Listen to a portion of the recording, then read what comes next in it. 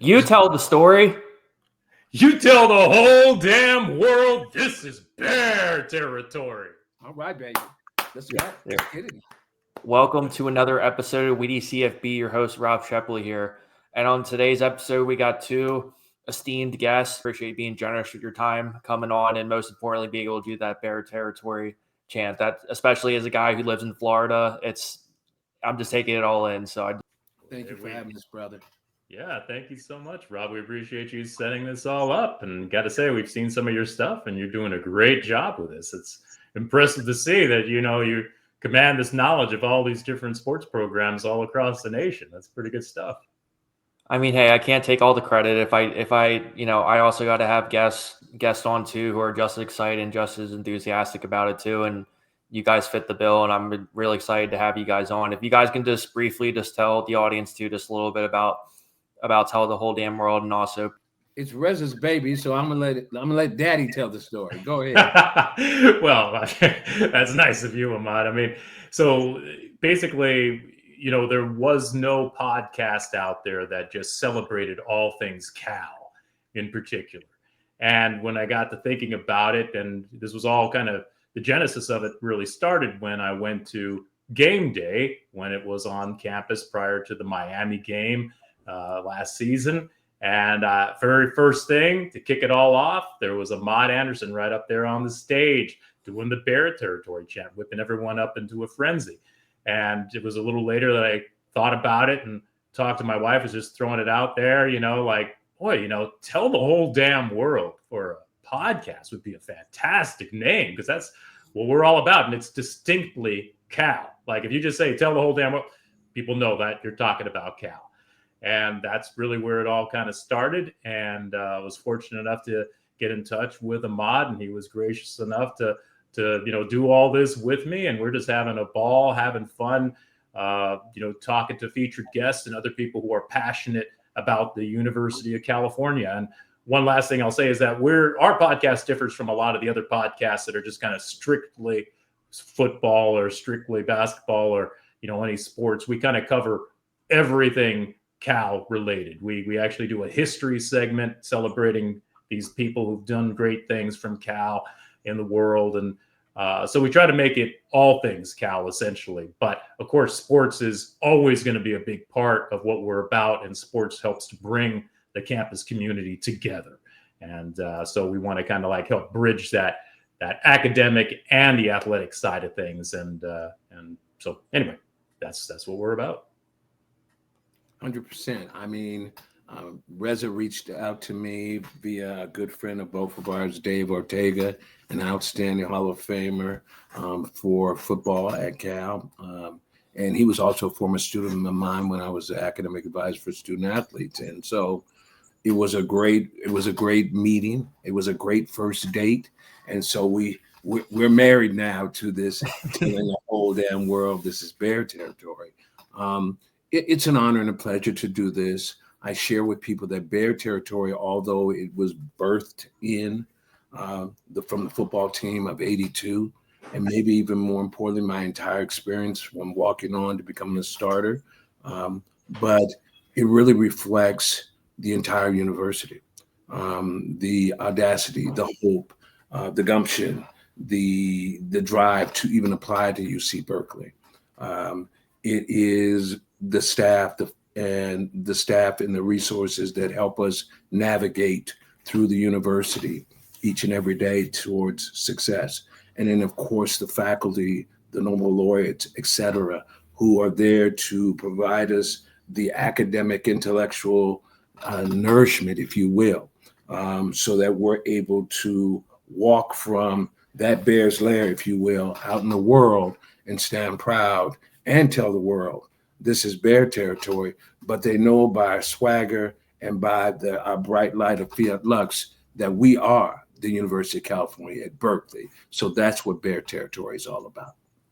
There you go. And then one last thing, just to tack on to what Ahmad was saying there, is that, it's not lost on us that in this new era of conference realignment and everything, I mean, we were scared. I have no question about it. Like, we might have been left, along with Oregon State and Washington State, which is terrible what happened to them.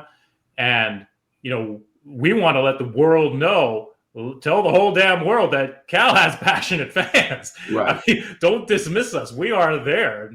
And Don't sleep.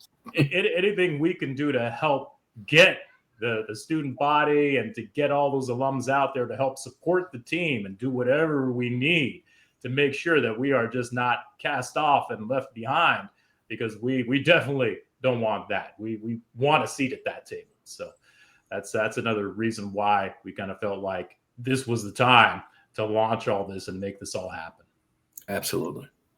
Well, I'm here to reaffirm that the passion and the energy does shine through. And I think it kind of goes back to why, I enjoy college athletics and college football. It's the stories, it's the traditions. It's hearing these, as especially as an outsider too, just learning about all these different things too. I think that's what ultimately ends up bringing everybody together in a way too, because I think everyone has their own equivalent of that kind of story, whether it's Penn State, Texas, Oregon, you name it. Everyone has those little traditions that all kind of comes together that way. Right on. Absolutely.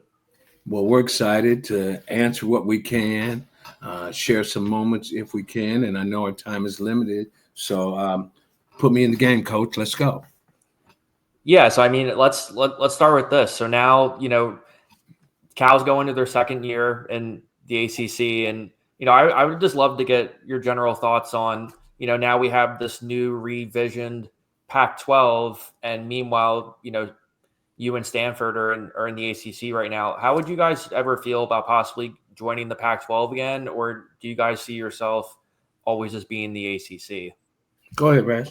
That's a good question. I mean, if the Pac-12 could have been or could be reconstituted in some way, where you'd have the Pac-12 powers of the past, Washington, Oregon, UCLA, USC. I mean, if you could do that, and Arizona State, whatever, they were kind of cast on, and like they were brought on later anyway. But if you could get at least those traditional schools back, then sure. I mean, that would be amazing. But, I don't know if those days are really ever coming back. I mean, it's potentially possible that a lot of the other sports that we support could play regionally, and kind of like how apparently the men's swim team does, is they're considered in the ACC and they participate in the ACC tournament. So, at the end of the year, they go ahead and participate in that. But they play all their other, or they compete in all their other competitions regionally. And it kind of would make sense if we could work out some kind of deal for all those other sports to do that. Football, isn't really a problem. They can get on a chartered flight, and sure, it's an inconvenience to travel as far as they do, but it's not that bad, especially since it's just one game every week. And so, the way I guess I look at it is we're very happy being in the ACC. Quite honestly, I mean, I know, I hate to kind of say it, but it's like, there was some thought to maybe the Big 12 would make sense because it's closer. Right. But, the academic side of things matters to Cal. And we feel like we want to compete with other kind of like-minded schools that really value, the educational and the academic side of things. And we found that in the ACC. And so we're happy being in the ACC. I'm a little concerned about what will happen, in 2020 or 2030, I guess, potentially, when the buyout drops down significantly for the ACC schools to potentially leave.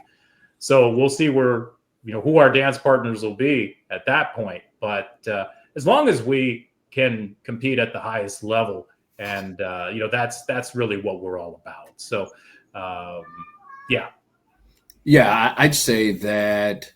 I mean, I always tell Reza, I don't operate with fear. At 5'9.5" and 170 pounds when I first walked on, if that was part of my DNA, then I probably wouldn't be sitting in front of you today. So my perspective was, like any season, I don't make the schedule. I don't determine where we play or the time, but doing the work in the summer, doing the work with spring, summer, and then be ready for the fall. is what it is for who's an athlete, no matter what sport you're involved in. The flip side of that also, it's sort of like double Dutch jump rope. You kind of get in where you fit in, but we just want to make sure we get in. Fitting in will be determined based upon your wins and losses. As I watch your banner, you talk about the losses we had last year by such minuscule numbers. Tells me two things. One is, you play better. Breaks happen, some don't. Play in a way that, as coaches say, that won't make the deal. This play or that play didn't make the difference. It was the whole picture. And so, and not so much the effort, because the effort's always it, but just being able to be on top of it when the gun goes off. And so, from that perspective, I feel like, people come to those schools, the top-notch schools, the ones that were in the ACC schools, say for now, or the Pac-10 as it was when I arrived, to the Pac-12. They go to play at that highest level against individuals and athletes that are playing at that level, either to go on to the next stage in their life athletically, but also the combination play for us is that you're not just an athlete, you're a student athlete. So if I'm going to spend my time on the field and the energy on the field, I want to make sure the value proposition is I'm also getting that top-notch education. So when the lights in the arena go out, my life goes on, because now on a different stage in the game of life with those knowledge, skills, ability, and other characteristics that make me an alumni of the University of California, Berkeley. I also say that with all the changes that are going on, and this may lead to segue to the next, we sit here in B-Town or Berkeley, as they call it for some.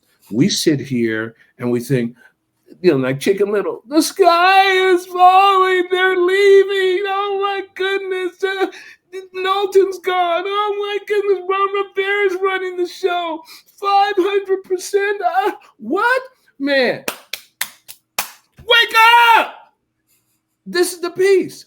No matter who it is, everybody's going through that in the country. Now it's time to do the work, get busy, and step forward and meet the challenge that's before us. And I have more to say about that. We'll get down to that down the road, but that's what I'm working with.